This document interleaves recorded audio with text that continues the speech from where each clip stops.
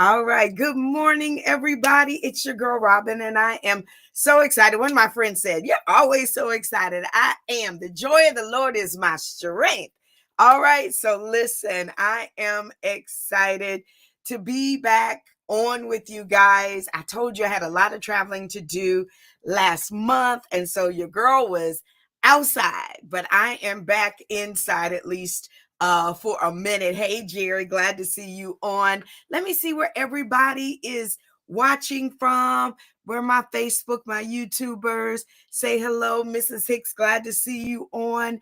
You all know it is that time of year again. So it is time to start talking about Easter. Yes, for those of you that I have not had the pleasure of meeting, I'm Robin Ware and I am a church consultant, and it just gives me great joy to be able to share with churches and pastors and ministry leaders tips that they can operate in excellence as they lead in ministry. Oh, I see the folks. Virginia Beach, I'll be your way soon. Yes. Lawrenceville, Georgia, I'm already in the neighborhood. Yes. Little Rock, Arkansas, I need to be coming your way.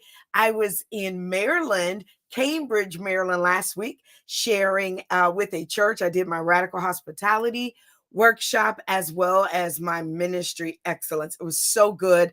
I had a wonderful time. I'll shout out the pastors, Bishop Jeffrey Broughton, I should say. I'm teasing. That's an inside joke. And then Pastor Don, glad to have been with you guys. Thank you so much, Living Grace, for having me, and all the wonderful folks that I met. And y'all, I sold all of my books. I think I took about 27 books. I sold them all. So to God be the glory for that. So got a lot of good stuff coming up as we prepare for the spring. Yes. Oh, good. You would love to see me. I would love to see you too. Thank you for that. I will be traveling a little bit in March as well. So I'm thankful for that. And then, of course, if you've got a leadership session coming up and you'd like to have your girl come and share, just reach out to me. Of course, I would love to share with you. So, for those that, again, are new to my channel, thank you for watching. And for those that are my OGs, we've been hanging out for years. I'm glad that you all still are supporting your girl. I'm working on some new things. I've got a book in the works. Yay. Give me some love, some shout out in the comments. It is a marketing book. Yeah, I'm so excited about this. So God has been giving me some downloads. And so I am excited to share that with you. Oh, let me tell you this. I will be preaching on tomorrow night at my church. We have what's called the preaching program, and 30 minutes before Bible study officially starts, the elders and the ministers bring a 12-minute word. So your girl will be bringing the word on tomorrow. So that'll be at 7:15 p.m. And I may even, I'll see if I can stream it to my channel. I'm not sure, but I will see. Okay. So let's get into today's teaching. Thank you for all the hearts and the love. I see it. I see it. Come on, where are my Facebook and YouTubers? Let me know that you guys are on. So as we prepare for Easter, it is so important. You all know that Easter is one of the big threes. In fact, it may be number one of the big three, right? There are 3 Sundays a year that visitors are more likely to visit. Come on, y'all, put it in the comments for me. We know that it begins the year Easter, and then Mother's Day, and then Christmas. That's right. So CME, Christmas, Mother's Day, and Easter is how we like to say it in the marketing space. So as we prepare for one of the big threes, if not the big three, the big one of the 3, I wanted to start a series talking about Easter marketing. And before we begin marketing anything, I wanted to start with the team. Y'all type in the comments, the team. Yes, I wanted to start with building your marketing team. And these tips that I'm going to share, they, of course, are geared towards churches, pastors, and leaders. But you all know, those of you that are in the corporate space, you can use these tips as well. All right. So here we go. We want to make sure that our uh, Easter marketing efforts are not just from a team of one. Yeah. Look, I should bring the wand out on that. What I find happens in ministry just too often, it's one person that's leading everything, right? And then a week, maybe 2 weeks before Easter, they'll bring everybody together and say, okay, here's the plan. Let's run it. No, that's not how a team works. Before the season starts, the team should practice. The team should build relationship. The team should spend time networking and getting to learn each other's strengths and learn each other's weaknesses, right? It is so key that throughout the year, if this team is gelling, yeah, they can just take off regardless of what the event is. They can take off because they've already laid the foundation. And we already know that when you build a foundation, you have to build it on a solid rock, right? A solid foundation, not a foundation built of sand, as the Bible shares. Yes. All right. So this team, I want to encourage this team again to be a team that operates the entire year, but that it should be looked upon as a professional team. Yeah, I really do need my wand because I'm teaching already, y'all. You need professionals on this team. It is fine that you may love marketing, you may love social media, but if you do not understand how to operate in these spaces from a professional standpoint, yeah, you got to be in the B league. I'm sorry. What is it in baseball?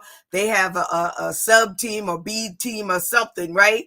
So that you can get some practice, some experience, so that you then can make the main team. Y'all know I'm not that good with sports, but yes. Yeah, she said, can we get the organ back up? Absolutely. So I want to make sure that we've got professionals. Now listen, does that mean that you have to go out and hire all these people, pay all these people? Absolutely not. I'm just saying that you've got people with gifts in your church that have professional experience that could be a blessing, but you have to put out a clarion call and ask them to come forward. Ask them to identify themselves. And let me tell you something else that often happens in church. When you put out that clarion call, be careful who you tell them to connect with. The person they need to connect with needs to be ready to receive them. What do I mean by receive them? That means they've got to have something to get their information with, to collect their information, whether it be through email, online. But this person has to be ready. They have to be willing. They have to, check their email. One of the worst things that can happen, it's a travesty, is you put out a clarion call for volunteers, professional volunteers at that. And then the person you've asked to receive them isn't professional in how they handle them, right? You got to make sure that they're on top of their emails. These professionals are busy. They are booked, right? They've got responsibilities and they want to give their time to the church. Then we got to be ready to respect that time, right? So, and then you got to make sure that the person that you've set up to receive them is open and willing, that they're not somebody that's territorial, that is deciding, I don't really need this help. I'm just doing this because pastor's making me do it. Executive pastor's making me do it. My director's making me do it. I'm just doing it because I have to do it. That is not the right person. So before you even put this team together, you may want to sit down with your current team and explain to them that you're growing and that change is a part of growth. And that change for them begins by looking in the mirror. Yeah, look, that's a whole nother teaching, but I'm going to just plant that right there. So make sure that you have a process in place when you put out that clarion call, that when the people come forward, they can be received, well received, and you've got a process in place to follow up with them. And when I say that, a process in place to follow up with them, what I mean is you've already got a volunteer meeting scheduled. If you put out this clarion call on Sunday, you're going to have an email or a script that they're going to be told, we're going to meet in 2 weeks, right? Here's the date, the time. It's going to be via Zoom. It's going to be at the church, wherever it's going to be. But you're ready to communicate that. All right. Or just that we're forming a team and we're going to have an informational session, right? The informational session is where you can gather data. Yeah. Gather data so that you make sure who you have on this team, that they are the best, that they are experienced, that they are professional. All right. So let's jump into the team. Now, what my plan is to come back with videos that continuously build as we talk about our Easter marketing campaign. And I've also got some products that you can purchase. And if you're on my email list, which I hope you all are, you'll get an email with the link so that you can purchase this material. So here we go. I want you to put out a clarion call for this first position, and that is a marketing director. Now, depending on the size of your church, you may already have a marketing director. All right. But for most churches, they do not have a marketing director. So I want you to put out a clarion call for a marketing director. The marketing director is going to manage the team. All right. Now, I know this can get a little fuzzy because you may want your director of ministries to oversee this team, and that's fine because you need someone that is on staff or that understands how the processes work in the church to lead that team. But that's just from an administrative standpoint if they are not marketing gurus. Oh, I need my wand. I need my wand. Yes, because again, what you don't want to do is put someone over a team that doesn't have expertise in those that they're leading. All right. So your marketing director, again, is going to oversee, and I'm looking down, y'all, because I got my notes here. They are going to oversee all marketing efforts and ensure the execution of the plan. The execution of the plan. Yes.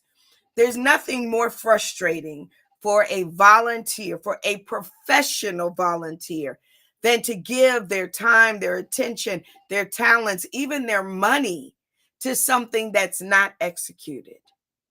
All right. So that's why we're starting March the 3rd. Easter is April 20th. So we're at that, a little less than 60 days. We're, 45 days or so, I guess.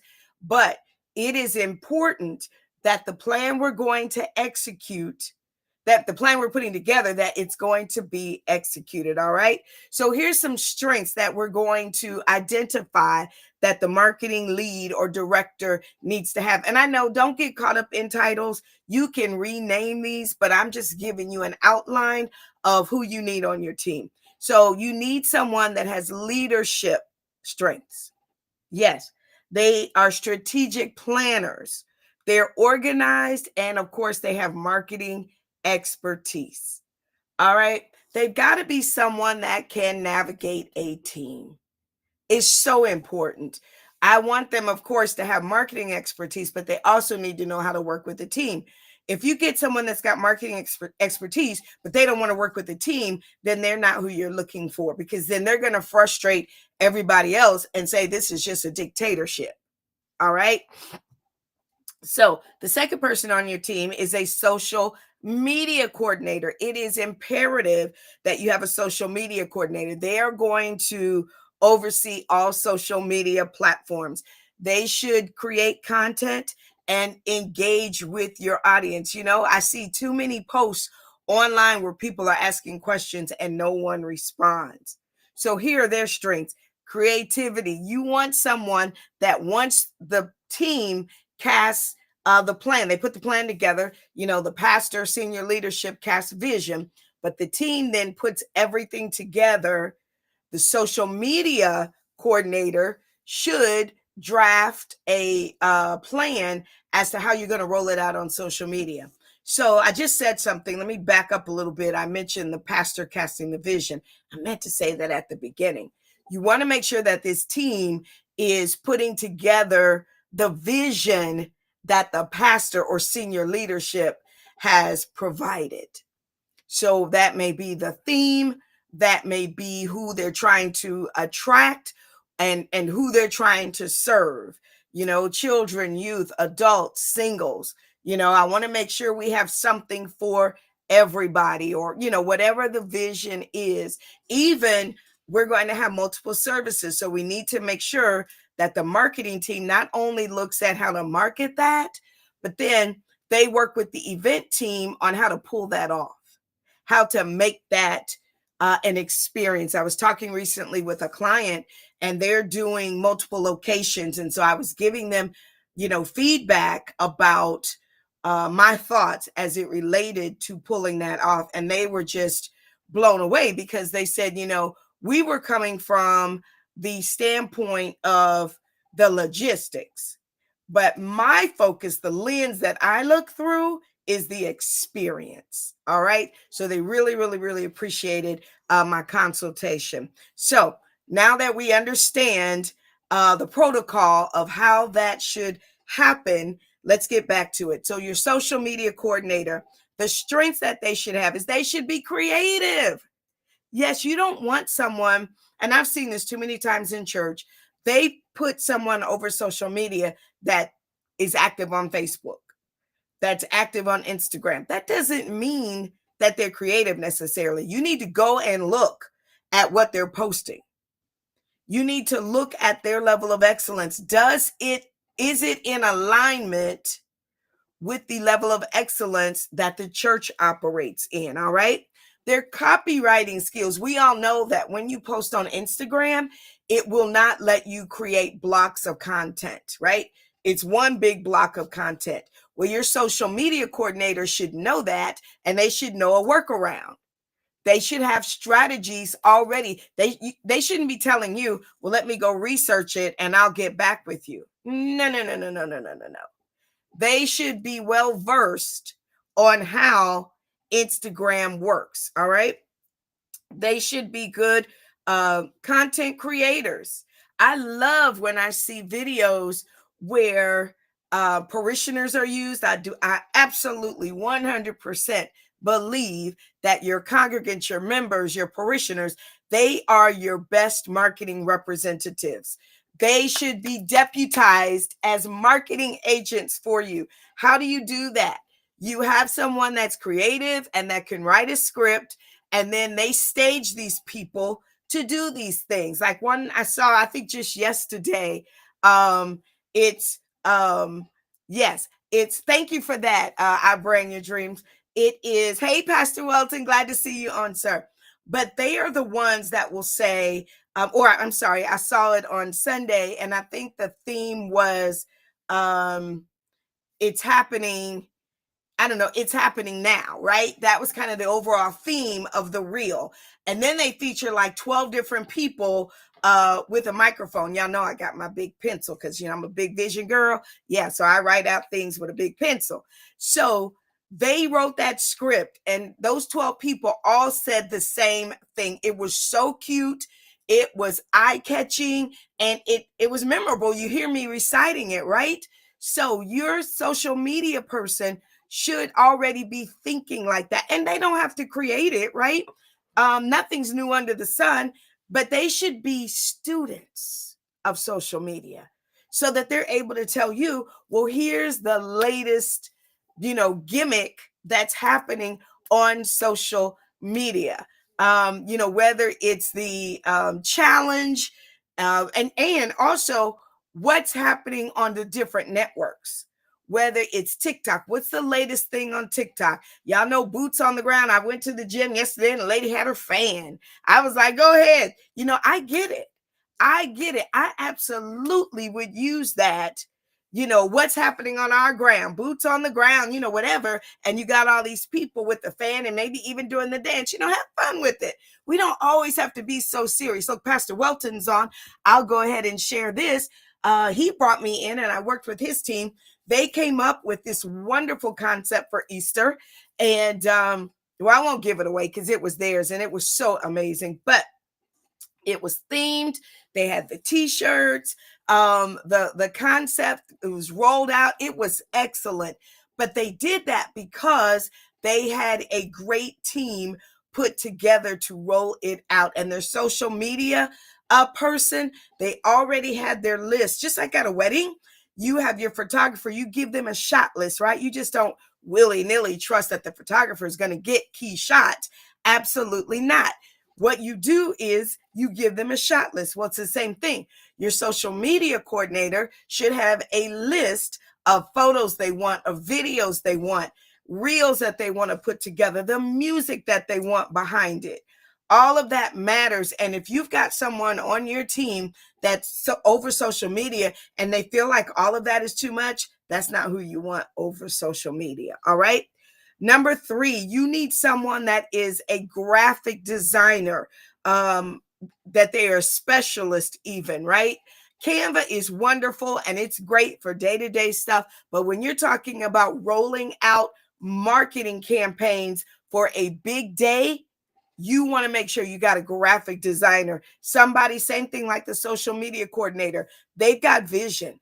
They've got creativity. They understand that what you're looking for requires next level. They should be able to design flyers, social media graphics, and even print materials. All right. They should have relationships with printers. They ought to know where they can get 4x6 flyers really inexpensive that are done with excellent quality, that have a quick turnaround, right? They should know key websites where they can buy stock photos, right? Where they can buy fonts. Y'all, some of y'all didn't even know you could go out and buy fonts. Yeah, you can buy fonts. Everything shouldn't be Times New Roman, right? So your graphic designer, they should be top notch. All right. So here are their strengths. Of course, graphic design, creativity, and attention to detail. I do not accept that graphic designers shouldn't read content. They should read content. Now, you ought to send it over to them free of errors, right? Because that's the role of your advertising and PR person. I'm going to get to them in just a minute. But your graphic designer should look at something and say, this isn't how you spell that. And they fix it. So, not for me, there's nothing more frustrating than to have an error that they obviously know is an error, but they do it that way and send it to you. And then you got to then respond back, say, oh, that's misspelled. Then you got to wait on them to fix it and then send it back to you. Why not do it right the first time? All right. So your graphic designer, they should be a specialist in graphic design. Now, I'm not hating on Canva. I know some designers that use Canva. I'm not here to suggest that the graphic designer not use Canva. What I'm saying is it shouldn't be someone like me that uses Canva to design just daily stuff, right? It should be a graphic designer that knows all the intricacies of Canva and they know how to get it, how to use it to design a flyer that will create a wow. Number 4, let's keep going. Talking about your marketing team members, we're building up to our Easter marketing plan. I'm going to share more as the week progresses, but right now I'm just talking about building your team. Number 4 is a video and content producer. This person produces promo videos. They produce live stream content and testimonials. I was recently working on a project and I told my client, I said, you should really go live on Instagram.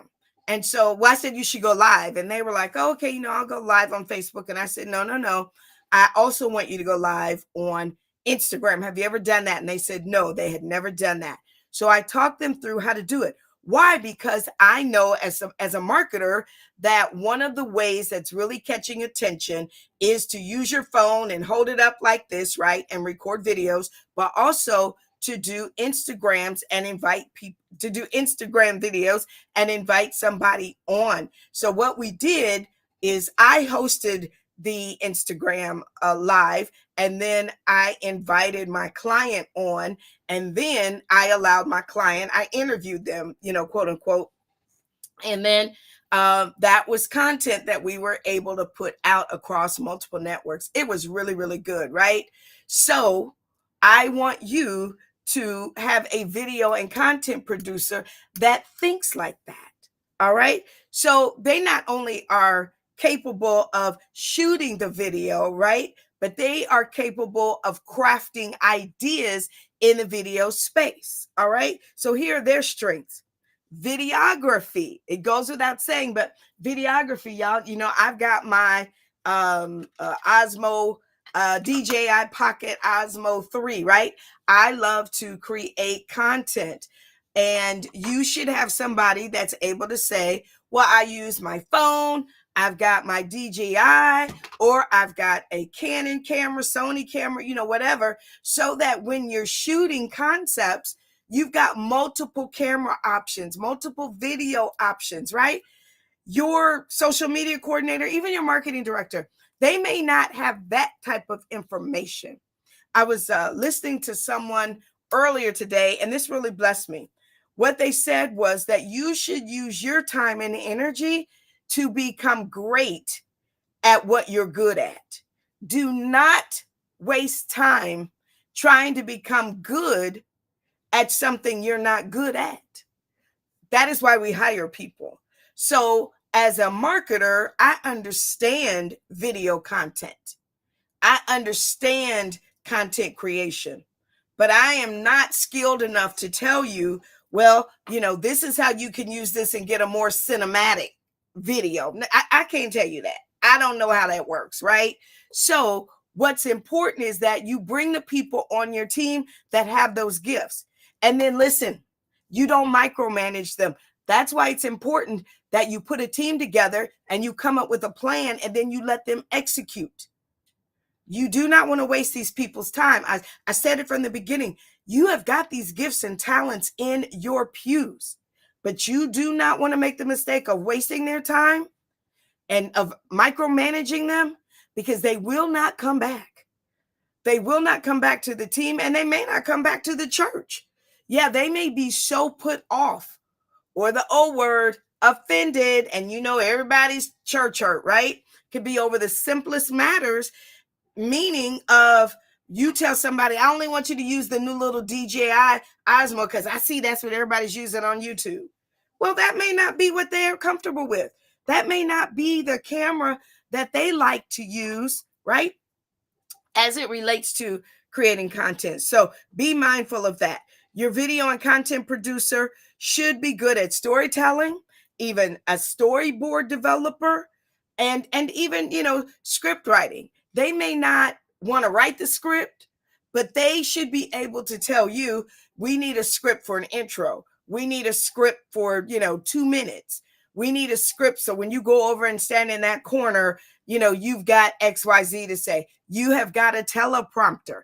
They know about apps that you can use. That's a teleprompter, or even they have a true teleprompter that you can use. You know, as I work with pastors, I always tell my teams, listen, everything you want the pastor to do, write it out. Write it out. I don't care how creative your pastor is. One of my keys to success is having the gift of writing. And I don't even consider myself to be a great writer, but I have enough know-how to spark the creativity of my clients. So I can write 2 or 3 sentences. I'm not going to write a full page paper, but I can write 2 or 3 sentences that will get their creativity going so they know the direction we're trying to take them. You never want to have your leader, as busy as they are, have to sit down and then do your job of coming up with the creative. All right. So let's keep going. Number 5 is we're talking about building your marketing team. And this is a marketing team that is my hope that you'll keep the entire year. Number 5 is a website and email marketing manager. Now, these can be one and the same or 2 separate. But like for me, I do both. I do marketing, I do website, and I do email marketing. So this person, their job is to update the church website with event promotions, and they manage email campaigns. You do not have to have someone that knows how to build out a website. but they should know how to access the dashboard. They should know how to work with elements. They should know how to add headlines and blocks of copy. They should know how to add HTML code. They should know how to build buttons for registration or for payment, right? They need to have experience with websites. Again, I don't build websites, but I have worked on enough of them that I know how websites work. And typically all of them have the same framework, whether they're WordPress, Squarespace, whatever, right? You should have knowledge of how they work. And then your email marketing, I love email marketing. And as someone that uses it, like some of you are on now because I sent out an email. I understand that from email marketing perspective, you typically send out emails at 10 a.m. You typically, you should have lists in your email marketing. You don't want to send the email to everybody on your list. You want to give them options of opting in to a particular list so that they won't unsubscribe, right? Back to the website, you want to make sure that they understand that your marketing promo should start above the fold. If they don't know what above the fold means, they're not your person. All right. So the strengths that they bring to the table: website management, email marketing, and then copywriting skills. All right. And then number 6 is hospitality. You all knew I was going to bring it. That's right. You got to have somebody at the table that focuses on the experience that your attendees, your visitors, your congregants are going to have as it relates to your Easter marketing. All right. So what's it going to look like for your visitor? What's it going to look like for people when they see it online? I do this all of the time. I proof copy. I look at marketing graphics and I make sure that there's a good representation of those that we are trying to welcome. If the pastor casts the vision that this particular campaign, and we could do multiple campaigns for Easter, but if this particular campaign features families or features singles, that we've got families and singles that look happy, that look joyous, that represent the type of people that would feel welcome in our space, right? You cannot be all things to all people, all right? It's just not possible. So as a hospitality expert, I am making sure that I'm using language that is attractive. I speak to the needs of those people. All right. So I'm not going to go too in depth, but it makes a difference. You all know I wrote the book on creating wow experiences. And that's why I wrote that book, because I think that people, they take for granted that the way their church shows up is welcoming. And that's not always the case. I get on my pastor clients all the time. If all their photos, they're frowning, they're like this. What's welcoming about that? Now, you don't have to be just falling out full of joy, but I'm going to help them in a professional photo shoot to make sure that I get photos that we can use for a welcoming look. All right. And then number 7 is you need an outreach liaison on your team. I am prayerful that as you are planning your marketing strategy for Easter, that you have an outreach component. All right. So you need an outreach liaison that has relationships in the community. They have relationships with organizations in the community. They know how to walk your community and spread the news. They know how to do outreach marketing through mailers. I know a lot of you all think that mail is dead. It is not. Snail mail still works. I got some wonderful marketing pieces for Christmas, and I'm sure those churches are going to send them again for Easter. And none of the churches that sent them look like me.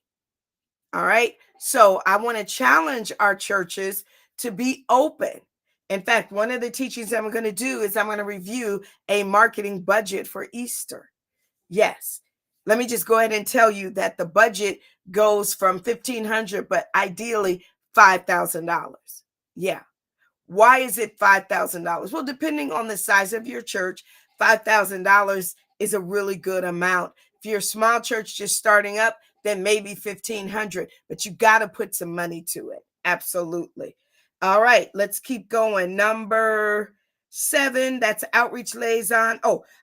They connect marketing efforts with hospitality teams for guest experience.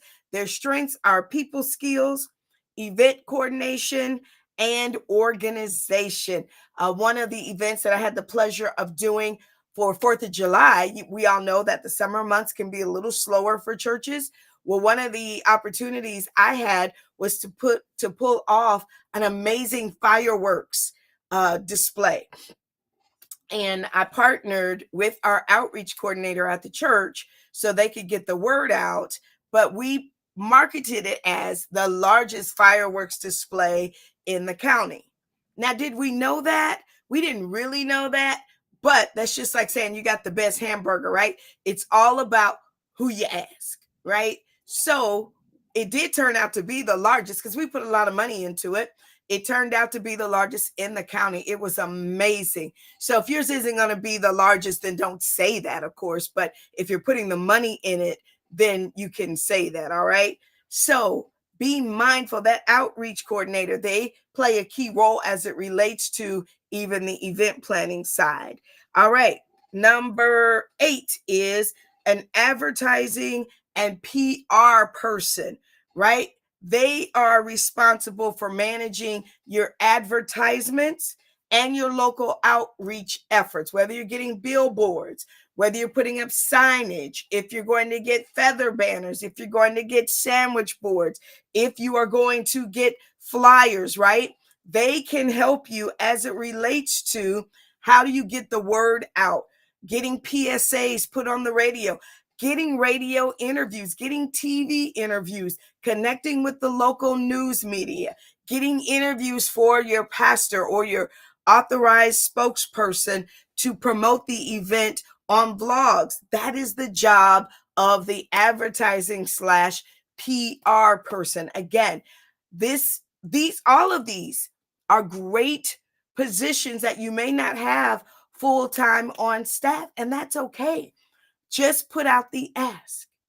I promise you, these gifts are in your audience. They're in your pews. They may be watching you online. Don't forget your e-church. You can put the request out there. But these people are key. And yes, you can add some more, but I'm talking about marketing. All right. You may have to add a couple people that need to be a part of 1 or 2 meetings, right? For instance, one of the things we did last year for Easter marketing was when we did our recognition of visitors, we gave them ebooks. And so I had that skill set. But if you did not have that skill set around your table, then you would need to bring someone to the table that knows how to do fulfillment of e-products, of digital products.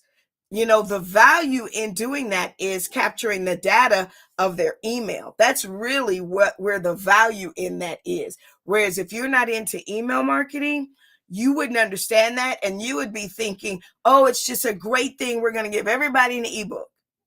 Well, okay. But what happens after, right? So what you're able to do is after the fact, follow up with them because you have their email address. All right. So you don't want to just tell them, go to this link on our website and you can download the ebook.